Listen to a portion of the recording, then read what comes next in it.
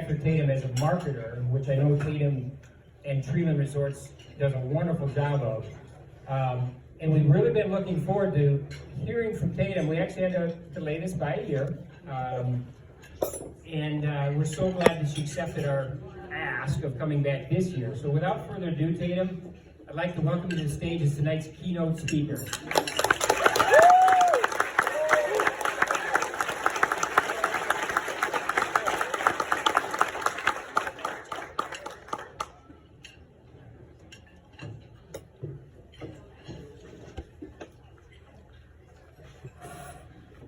Good bell. That is Norwegian for good evening. I am truly honored to be here.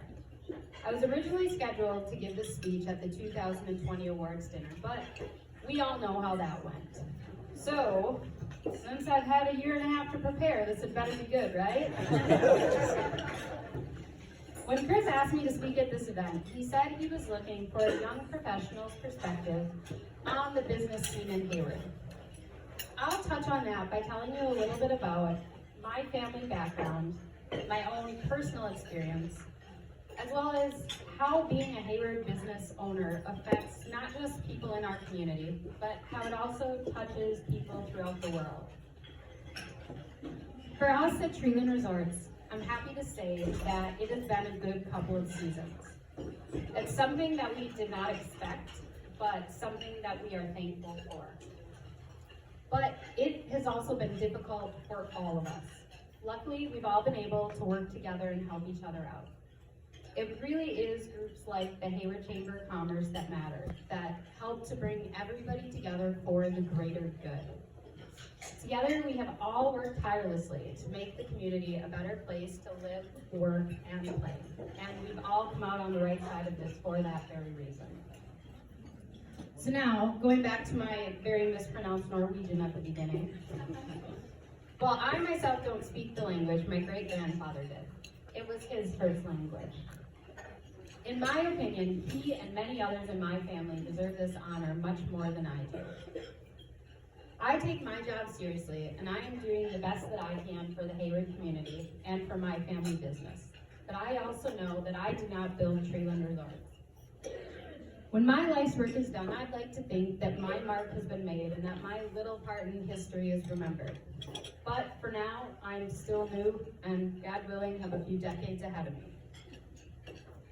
As you listen, I don't want you to hear a history lesson. And I know you don't want to hear a history lesson. I want you to hear about hard work, diligence, and a willingness to adapt to unusual circumstances, something that we all can relate to. I want you to hear the story of America through one man, his impact, and his character. We're looking at 2 difficult years behind us with no promise that next year will be any easier.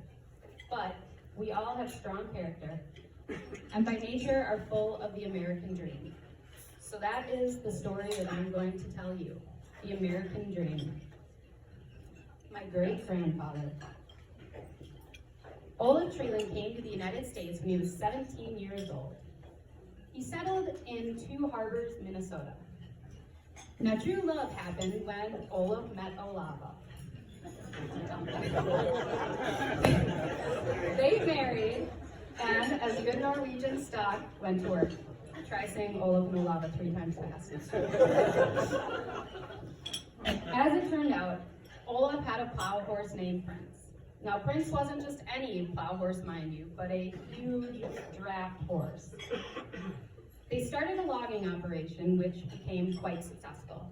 The happy couple, which in this case, I mean Olaf and Prince, slogged through the swamps and the forest, pulling out massive tamarack trees. Because it was still the beginning of the 20th century and cell phones weren't invented yet, telephone companies were clamoring to put in telephone poles, and tamarack trees just happened to be perfect for making them. It was terribly difficult work, and the large logging operations didn't want the job. So Olaf and Prince did a good job, and they got the job done. Eventually, in 1912, Olaf made his way to Hayward. Now, back then, moving was not as simple as calling up a moving company. Some of you may remember watching the Beverly Hillbillies when Jed that moved his family from the mountains down to Beverly. Well, it was kind of like that with Olaf. But instead of a truck like Jed's, he rented a boxcar. He packed his bags, his suitcases, his buckets full of dishes, and he packed his furniture. But he wasn't done. Then he squeezed in his livestock. Then he squeezed in his family and friends. He landed at the old railroad depot. Some of you may know of it. It's located on Railroad Street, where Marketplace Foods is today. Not long after arriving, he saw a group of men struggling with a team of 4 horses. The horses you see were trying to spot a railroad boxcar, but they couldn't get the railroad boxcar to budge. For those of you not familiar with spotting a boxcar, it is when a team of horses has to move a boxcar in position with the train, sometimes moving it from track to track. It can be a tricky situation. Now, Olaf was a big man. I don't think there's such thing as a small Norwegian man, and Olaf fit the bill. Olaf watched this team work unsuccessfully, and then, in his way, he sauntered up, and with a thick and heavy Norwegian accent, which I won't even try to replicate, said that he would spot that boxcar for him.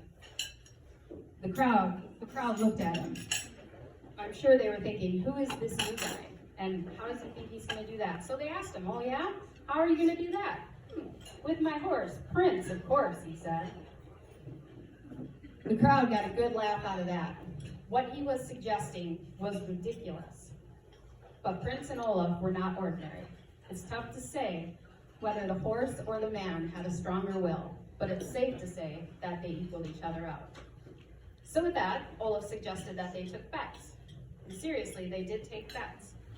After the bets were placed, there was a steady thumping coming down the boxcar, followed by a looming shadow. It was Prince, and he was ready to work. Olaf harnessed him to the boxcar.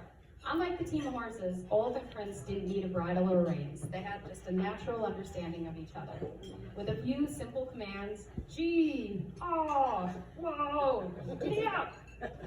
Prince dropped right down to his knees, his belly just inches off the ground, leaning into that harness with all of his might. Sort of like when you see the world's strongest man competition and one man loses semi. Well, sure enough, that boxcar started to move, and in no time, Prince had spotted it. The crowd didn't know what to do. All they could do was pay up. So, with that, Olaf collected his winnings. He had made his first official entrance into the Hayward area, and it would never be the same again. He didn't get into the resorting business right away. Instead, he and Olava settled on Moss Creek. They started a logging operation and raised a family. They seemed a long way from the hospitality business at that time. The Chippewa Flowage as we know it today had its first full head of water in 1923, flooding out some of my great-grandparents' land. Undaunted, they stayed. The cows won't mind being a little closer to the water, Olaf was famous for saying. Sure enough, that's exactly what they did, and they seemed happier for it. As fishing camps started popping up all along our shores, Treland Resort started in 1928, followed by Treland Cabins 10 years later. Because he had nothing going on, just running a farm, running a logging sawmill, running the resort with a mere 7 children, he got itchy. He was a working man's man. So he helped establish and become the first president of the Hayward Lakes Resort Association, as well as the Sawyer County Highway Commissioner. Now, I know what you're thinking. Slacker, right? I never knew him as he passed before my time. But as you can imagine, he is a legend in our family. Those are tough shoes to fill, but in his case, they would more likely be boots. I'm not there yet, and I have a lot to learn, but his example is a great one. I don't think I'll be coaxing a giant plow horse to spot a railroad boxcar anytime soon, but I think I've got plenty else to work on in the meantime. What I am learning from these examples and from the stories told to me and set for me by my family is to be a servant, not a slave to the business, but a servant. I know I need to be ready to roll up my sleeves when the time comes. There is no job beneath my pay grade. And if something needs doing, well, let's go get it done. If I don't know how to do it, I want to learn from the best. The best is not just my family and my coworkers. The best is all of you in this room and so many more out there in the community. All of you have years of great work behind you. Your experience, your skills, and your specialties are tremendous. Switching gears a little bit, when I left here in 2003 to go to college, I didn't know what was next. I was thinking that maybe I would head off to New York City and run a hotel there. Maybe I'd go for warmer weather in Miami or LA. Like so many, I didn't know what was next. It took me a little while to sort it out.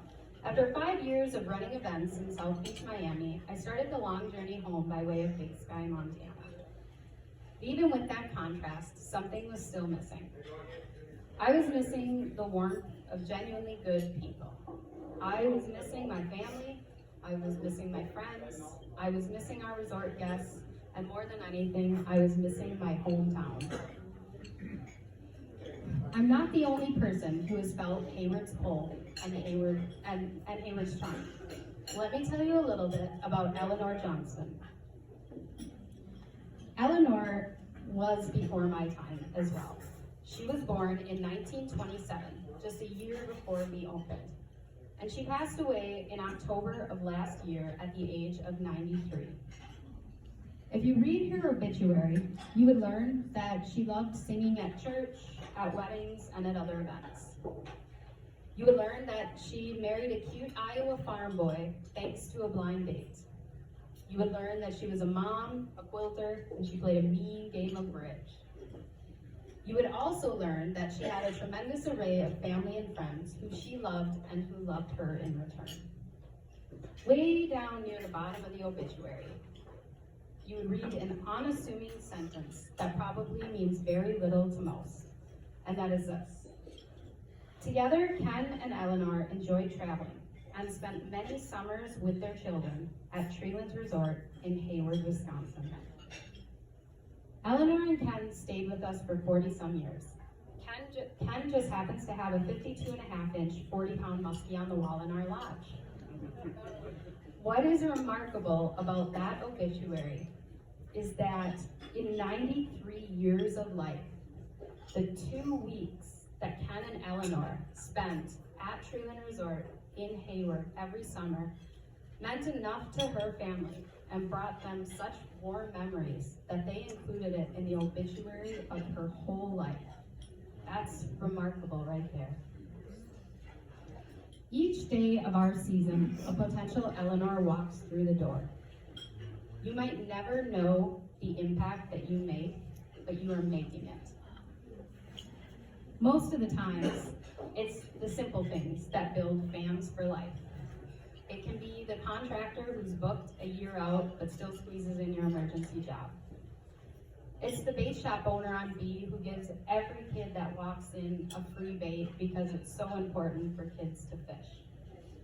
For us, it can be something as simple and silly as making sure the cute little old ladies that check into cabin 2 have a separate card table for their jigsaw puzzles. It's the impromptu water ski lesson that you give down front at the resort because learning to water ski up north is a memory that guest is going to have for the rest of their life. And it's a story that they're going to tell over and over and over. I can't tell you how to do your job. I'm still learning how to do mine. What I can tell you is to remember where you come from, on whose shoulders your success is built, and the people that God has put in your path. We live in a great community. I recognize Treland's impact on Hayward, as well as Hayward's impact on Treland's. It's like my dad always says, what would Las Vegas be if it only had one casino?